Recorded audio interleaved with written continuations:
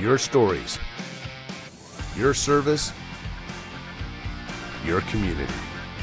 This is the Tango Alpha Lima podcast. Alphas, welcome to the Tango Alpha Lima podcast. We're here to engage today's veterans through authentic stories, education, and entertainment. We're building a virtual community that celebrates continued service and supports the American Legion's mission, which is to be awesome. And we're glad to have you here. Near the end of Season 5, Dr. Mary Ann Kiel, a retired Air Force physician, shared how she witnessed the poor health of service members, their families, and healthcare professionals taking care of them, including herself. She adopted a plant-based lifestyle and now is teaching others these vital skills as a Food for Life instructor through the Physicians Committee for Responsible Medicine. I remember chatting with Dr. Kiel. Not only is she Air Force, which is best branch ever, arguably, but also the fact that she really fell into this sort of plant-based lifestyle because of her own struggles with health. Do you guys remember chatting with the doc?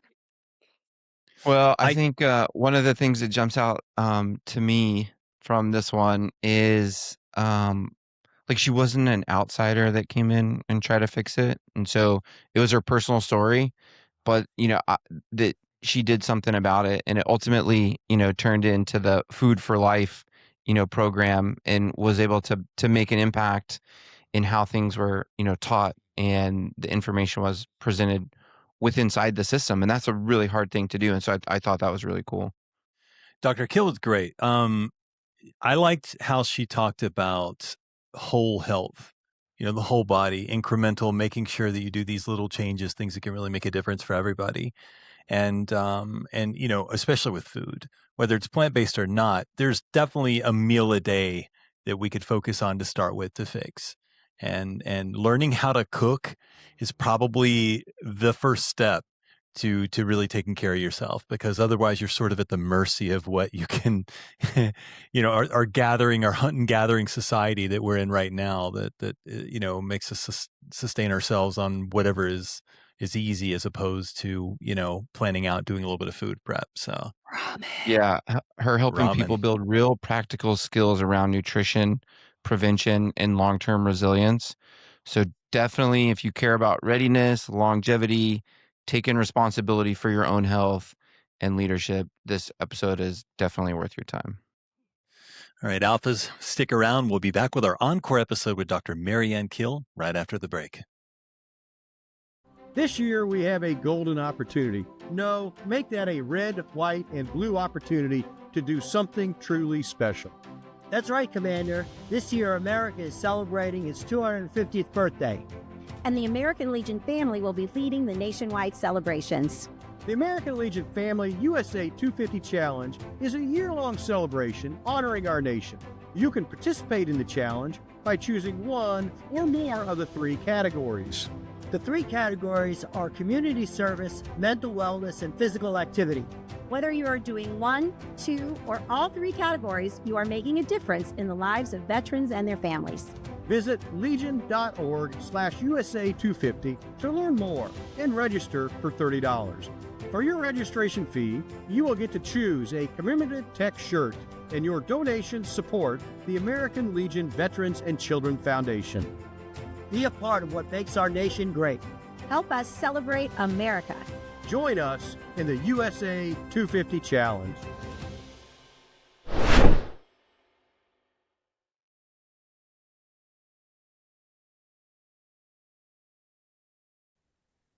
Hiya, Alphas. Today we are joined by Dr. Mary Ann Kiel. Hi, Dr. Kiel. Welcome to the Tango Alpha Lima podcast. Hi, thanks so much for having me. A pleasure being here. So what would you like us to call you? Because, when you earn the title doctor, some people are like, doctor, and I'm totally fine with that because you've put the work in. What would you like us to call you, though? I'm happy for you to call me Mary Ann. That's okay, Dr. completely Kiel, fine. thank you so much. So first of all, thank you so much for being here.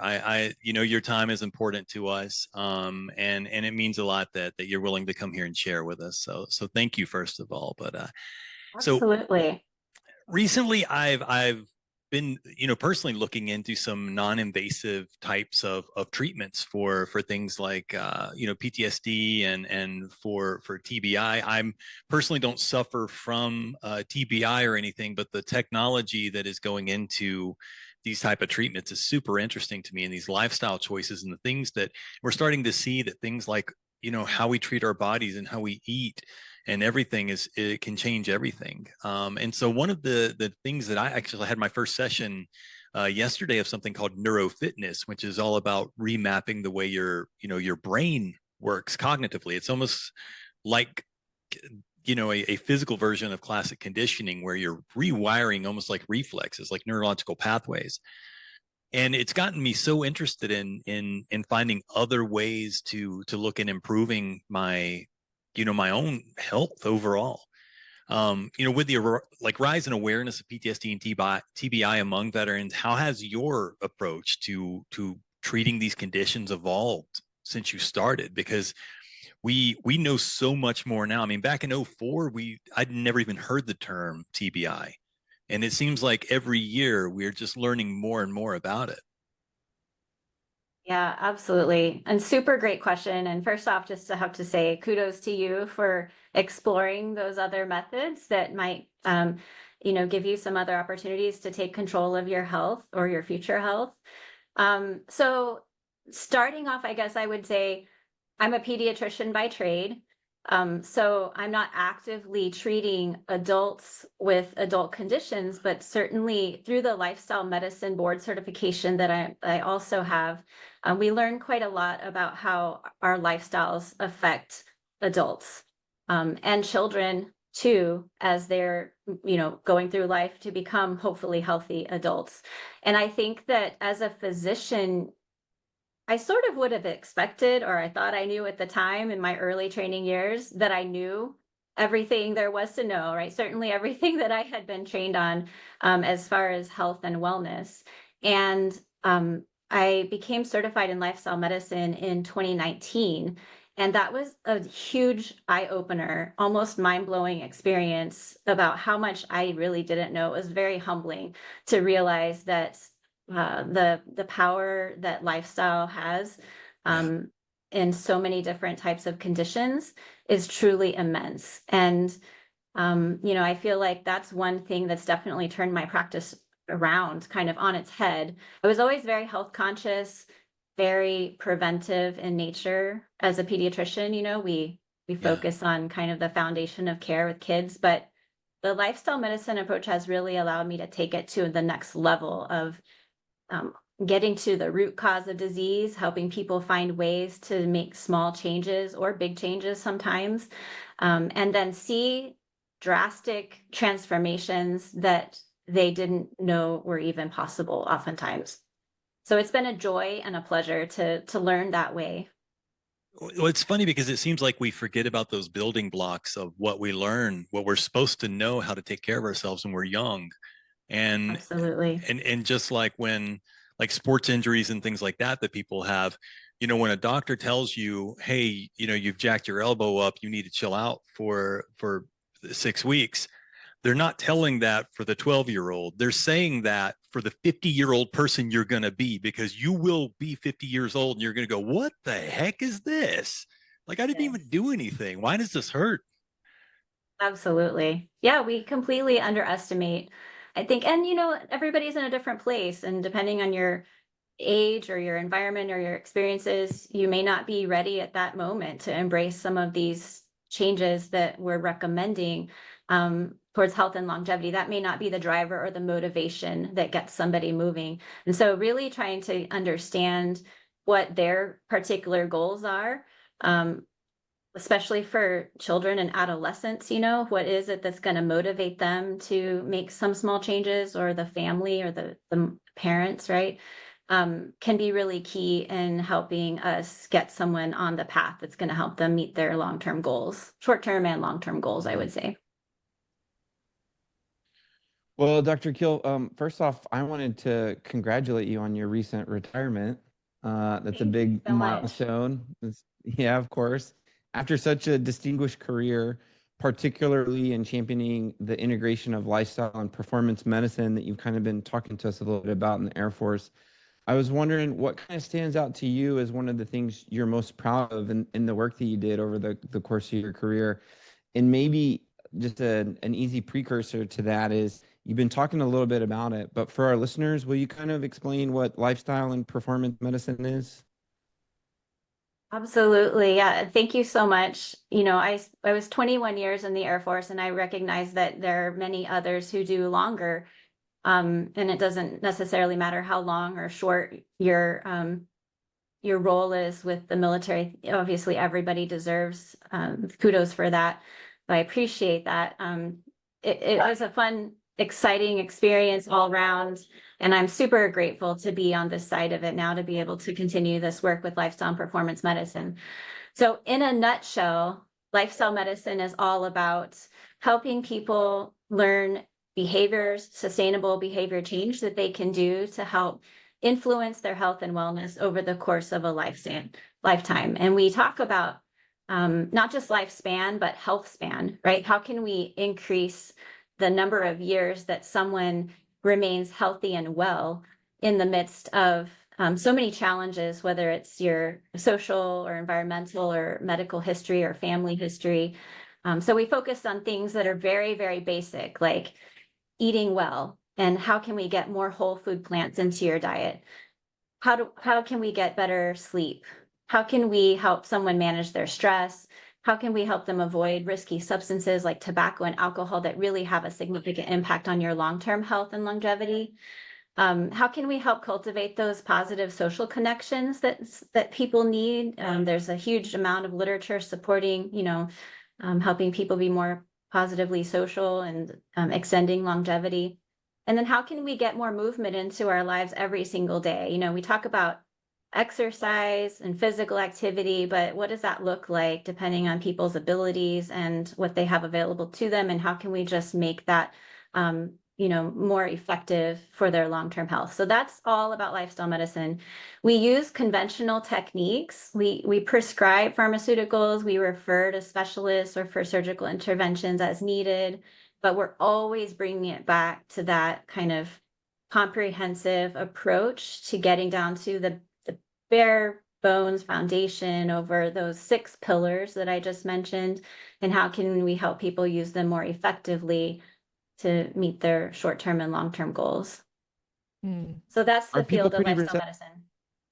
Are people pretty receptive to these approaches and methodologies? Because I think for some it requires them to think and act and behave differently, and that can be the challenging and hard thing. Absolutely. You hit the nail on the head. And that is also a huge component of the lifestyle medicine approach, is helping tap into that person's why, right? What is it that's their ultimate reasoning for wanting to maybe embrace some of these behavior changes, and using that as the motivation to move that direction. And it may take lots of time and very small steps, depending on the person, or they may be willing to do more and get there a little bit faster. And I think more and more, the way you frame it to individuals is so crucial, and more they're much more receptive to that. We can prescribe pharmaceuticals, which, I tell my patients, but they may not always get them the help that they want, or help them be the best form of themselves that they want to be. Sometimes we use, I kind of think of conventional medicine sometimes as a Band-Aid, right? If we're not focusing on the root cause to help them mitigate that, sometimes a pharmaceutical can simply be a Band-Aid that's sort of temporary and may not, it comes with side effects sometimes. Not to say that all medicines are bad. We've benefited certainly from technology and scientific influence on medicine and things like that. And it's crucial for some things, but circling back to those root causes can oftentimes help people feel empowered. Like, I can do something, right? I may have this diagnosis, but here are things that I can do every single day that can help tremendously. And we oftentimes don't communicate that as effectively as we could to our patients to help them know that they have that power. Mm. So when I was preparing and doing my research to speak with you today, I went down a whole rabbit hole. And so I want to kind of touch a little bit about my history. So at the time that I got wounded, I weighed about probably 138 pounds. I was pretty much a lot of lean muscle and very, very fit. Probably I was 27 years old. Very, very fit. I was eating what, your standard pyramid diet. Didn't really think a whole lot outside of what you're traditionally taught. So I didn't think too much of it. But after that, I spent a lot of time pretty much inactive because I was told I wouldn't be able to stand for prolonged periods of time, let alone do any more running or lifting anything. And so for the better part of a year, I bought into that, and I was pumped full of a lot of drugs and painkillers and things like that. And I finally took my own health back into my own hands and began getting back into physical activity. I wasn't consuming a lot of calories. And even when I started running, I began running again. And I said, okay, my goal is to do a marathon. But I had gotten up to 200 pounds I think it was probably over the span of a couple of years, even despite training for a marathon. I had still kind of adhered to that pyramid diet. A lot, I think physiologically, a lot had changed because of that inactivity for so long, and I hadn't really realized that. So I guess on my own, I figured out that my body needed a drastic change. And so I cut a lot. I cut sugar out completely, anything to do with sugars, including like fruit and things like that. So I changed my entire outlook. It took me 2 years to get back to about 100 pre-trauma weight. So what I want to talk to you about is identifying how diet, what goes in, affects your body, identifying those kind of things. How can we figure those out? How can people be cognizant of that? My sister was a vegan for decades, and I think you're a vegan. Is that correct? Or did I read that somewhere? Is that correct? But I'm a healthy food vegan, I like to say. So okay. I don't necessarily prescribe to a lot of the vegan processed foods. But yes, whole food, plant-based eater. Okay. I am not a vegan. I do like my bacon, but I do think that like healthy whole food eating is important. But can you talk to us a little bit about the importance of food and what we're putting into our bodies and how it affects our health and what people should be thinking about? Absolutely. And I love this question. So thank you so much for asking it. And also, great job. Huge congratulations on making all of the progress that you did and taking control of your own health. So that's amazing. Thanks. I think, personally, I've learned so much about nutrition over the last several years. You would think as a physician, we would learn nutrition, right? But I think everyone in the healthcare field is at a limitation, or at least physicians when it comes to medical school, as far as not being trained in how nutrition influences different diagnoses and disease states. There are some medical schools that do provide some nutritional training, but it's more typically, at least when I trained, it's more, recognizing certain disease states based on lack of nutrients that we're not typically used to seeing here in the United States. We don't learn about the nutrition that can influence type 2 diabetes or high blood pressure or overweight and obesity.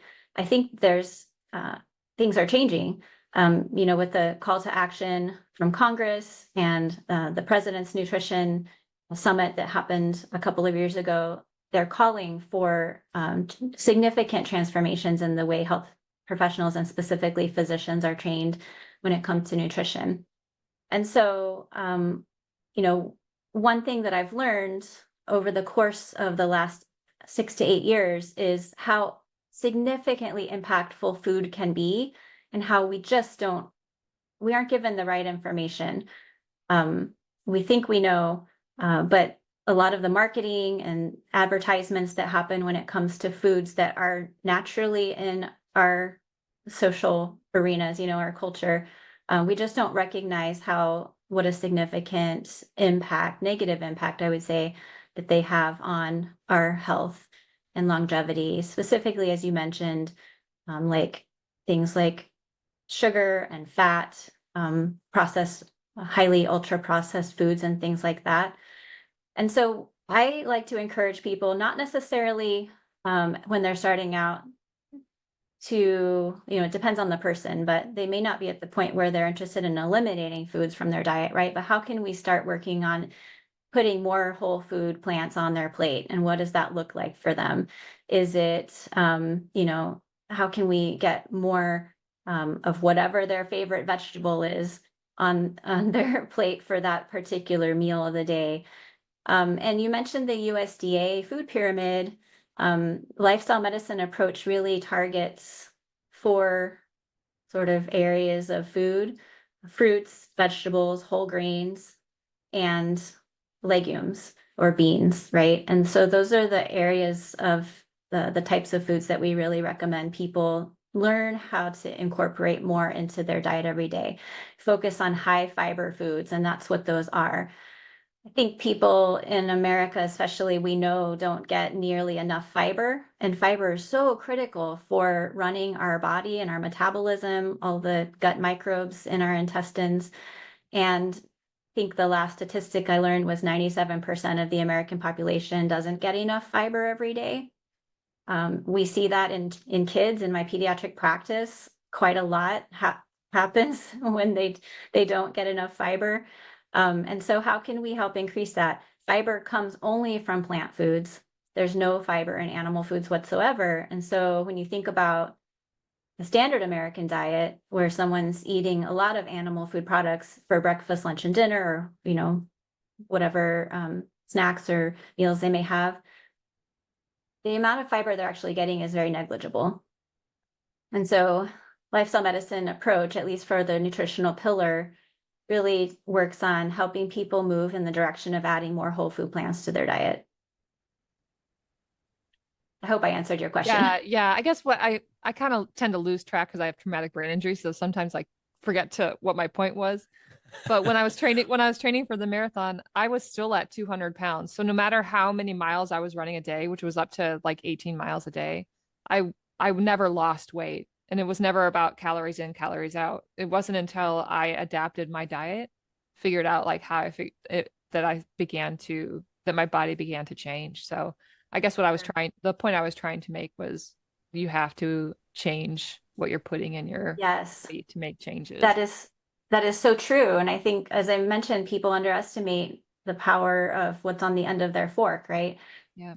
We can't out exercise a bad diet, and it may not even be a bad diet, right? It may be a relatively not unreasonable diet, right? Compared to eating processed foods all of the time. But you're exactly right, is giving yourself all of the nutrients and all of the things that come with plants, phytonutrients and antioxidants and things like that. It's in the fiber in and of itself. It's a naturally more of a, high nutrient dense, low calorie dense type of eating pattern that can really go quite a long way to improve your overall metabolism. And like I said, people will see sometimes very rapid changes within a matter of a couple of weeks. And especially for people who may already have certain diagnoses like type 2 diabetes or high blood pressure. And if they're on medications for those, we highly recommend they work with their physicians, because sometimes those medicines will need to be dialed back very quickly because of the significant positive effects they will see from transitioning to more fiber in their diet. So, I think there are other individuals that it may take longer, because if you've been eating a certain way, highly ultra processed foods and things like that, lots of sugar for years and years, it can take some time to make that change and see significant results. But yes, I think we are sometimes a little bit siloed in our thinking when it comes to,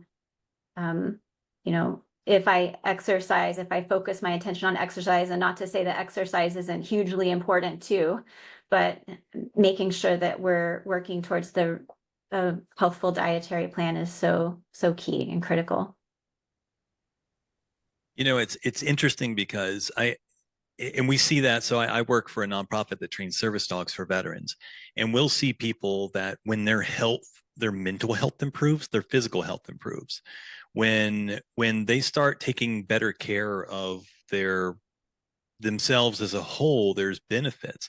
We've seen people come down off of meds that they were on, that were for physical things like blood pressure and things like that. Of course, with the help of their doctors, we never tell anyone to get a dog, stop taking your medicine, of course. But I think one of the things that a lot of people are so intimidated by is anytime you try to make a lifestyle change of any sort, getting healthy is expensive. It's so expensive. Just a gym membership alone, even if you just buy some nice shoes and something to go walking, these are all things when you go to fix your diet and things like that, there are some base things that are huge costs, especially as you're learning your body. Not everyone, some people need more fats. I actually gain weight when I don't eat enough. And it's strange. So what I want to ask about is, there's a lot of barriers that veterans have towards sort of self-improvement. Sometimes we get stuck in that tough it out mindset. So how do we reach people who, how do we incorporate this stuff in a way that I think, how do we reach out to these people that are stuck in that tough it out mindset, I guess is what I'm asking. And I don't think there's really an answer that works for everyone, because just like diet, everybody's minds are different. But what are some ways that you think we could reach out and start teaching people that changing your lifestyle can extend your life and make you happier? Yeah, that's a great question. And I don't know that I have all the answers, but certainly I think I've seen, podcasts like yours. The digital age has, I think, significantly improved the ability for us to share information. Things like online support groups can be very instrumental. And you're right, there are a lot of barriers to individuals making changes. But, I think there are so many different groups trying to help with this message, and that it really helps me feel more positive that, changes are happening slowly but surely. One of the areas that I know the American College of Lifestyle Medicine is really focused on, as well as several other groups that I'm sort of advocating for and also collaborating with, including the Physicians Committee for Responsible Medicine, but working towards helping educate healthcare professionals about the power that lifestyle has and how they can work with patients on an individual level to help them make those changes and find ways around those barriers. We all have barriers to making change, right? Some more than others, probably. But how can we get at the level of either helping people have more support through either in-person groups or individuals, or online groups or individuals? The health coaching field, I think, is fantastic and can be another arena. I see that as really becoming such a significantly, more accessible area for a lot of folks, hopefully, very soon. Especially with people that are finally in a place where they could admit, I don't have the answers. So people like you become even more important, because it takes people who are living these lifestyles to teach. Absolutely. And, I think it's all about planting seeds, is what I like to tell practitioners and other providers, physicians. We talked a lot about this within our military health system is, as a physician, you may not have all the time in the world to sit down with the patient and spend, an hour or two or three helping them identify those barriers, first of all, and ways to work around them. But how can you plant the seed that empowers them and then, make them give a handoff to someone else who can help support them, either a health coach through Military One Source or some other key, area, particular organizations that I know can fill those roles. That's going to best support the patient in making those changes. So yeah, I completely understand what you're saying, and I don't have the right answer necessarily here, but I know that there's a lot of groups out there that are helping to facilitate making that happen. Even within the Veterans Affairs health system, the whole health program, I think, has the foundations of being very instrumental in a lot of ways. And I think one of the areas that we're working with lifestyle medicine is to help overlay lifestyle medicine approaches with whole health to make that more of an effective opportunity for our veterans. Well, I do appreciate you and being a part of that solution, because anybody who's working to try and make veterans healthier, you got my support. Yeah, I appreciate that's that. exactly what I would say too. It's like we don't have to have like all the answers, but like Dr. Kiel, you have so many answers that you've been working on in solution sets. And I think one thing is to think about, how do we translate that, to the individual, to the patient use case to be able to inspire that change and desire. Because look, when we look at the health, not just the veteran, if we look at the healthcare landscape in our country, healthcare spending is at an all-time high. We're as unhealthy as a country as we've ever been. The average lifespan, life expectancy for an individual in the United States, we're no longer even in the top 15 for life expectancy around the world. So it's funny to me because if you just listen to this lifestyle practice in medicine, these things that we're talking about and the things you put in, you're going to see results just like Stacy did. But there's some disconnect between the masses and the status quo of healthcare versus these changes that have to take place.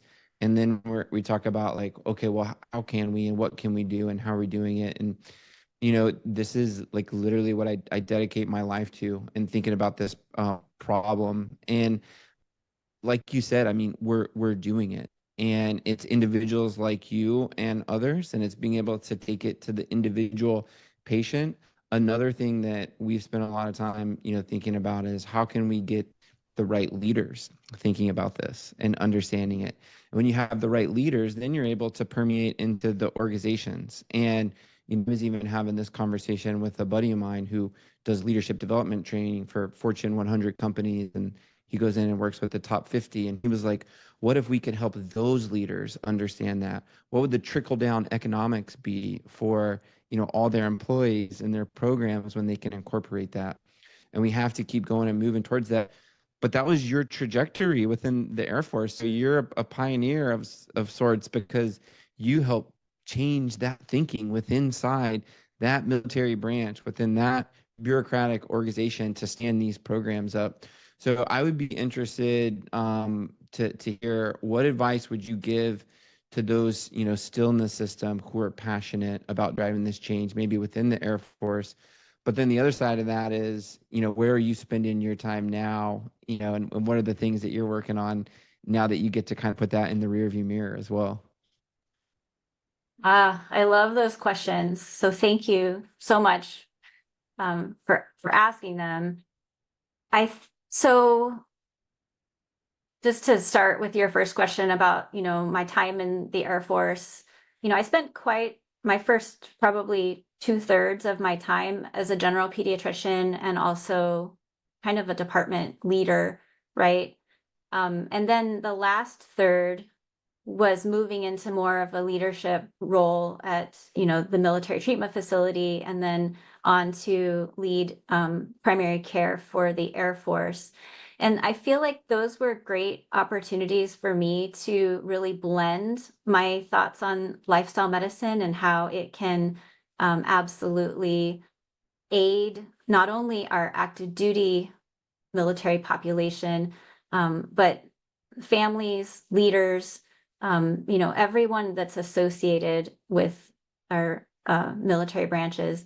And the conversation a second ago about the state of chronic disease and healthcare spending across our nation. It's really out of control, as you know. And, people have this sense that our military personnel are fit and, ready to take on, any challenge that may come to them. But the reality is that our metrics really reflect quite a lot, exactly like the civilian community, the state of health of the civilian community, meaning that, roughly 70% of our active duty members are overweight or obese, with quite a lot of associated healthcare or negative health effects from just that, not to mention all of the other challenges that we face in the military system as far as our health goes, other musculoskeletal injuries and mental health issues, stress and things like that. And so we've got certainly a lot of work to do when it comes to our national security and making sure that we're ready to fit and fight. And, I feel like my most exciting time with the military was really implementing the lifestyle and performance medicine specialty field within the Air Force. And we've got so much work to do. Your talk about leadership, leaders turn over in big organizations, right? And so it's a constant, being a constant voice and a constant advocate for what we know will make a difference. And so that would be my message, two messages to those that are still, wearing the suit is always be an advocate for what you know is right. Speak up. And then secondly, walk the talk, right? Embody what you know is right. As leaders, if you're not doing the things that you're telling the people that you lead to do, then how much faith do they have in you, right? It's kind of like parents telling your kids to do what I say, not what I do, right? If you're not doing those things, your impact is going to be poor as far as helping people make those positive changes. So those would be the two recommendations that I would have for people that are continuing to advocate for what we're talking about here. And then as far as what I'm doing now, I'm continuing to collaborate with a number of organizations, including American College of Lifestyle Medicine and Physicians Committee for Responsible Medicine. I am what we call a Food for Life cooking coach, a cooking demonstrator. So using culinary medicine techniques to help families and individuals learn how to cook with whole food plants. How can we incorporate more whole food plants into their diet? Those are things that I, would love to continue to offer for veterans as well as active duty service members, because I think, we lack time and we lack the skill set oftentimes to be able to cook. And so those are two areas where I see helping people learn the skills to cook. They may not have everything accessible to them, may not even have a full kitchen, but how can we help them make small steps with what they have and add more plants to their plate and recognize how impactful that can be? So that's part of what I'm doing. And then I envision that I'll continue to do pediatric work. I'm just taking a small break right now. I'm stood up a company called Brio Blues, which I'm excited to say is at the forefront of being able to offer cooking demonstrations and also expertise when it comes to helping coach individuals towards making positive changes. So that is an area where I'm obviously quite passionate about and really excited to be on this side of continuing to support military and veteran health through those mechanisms.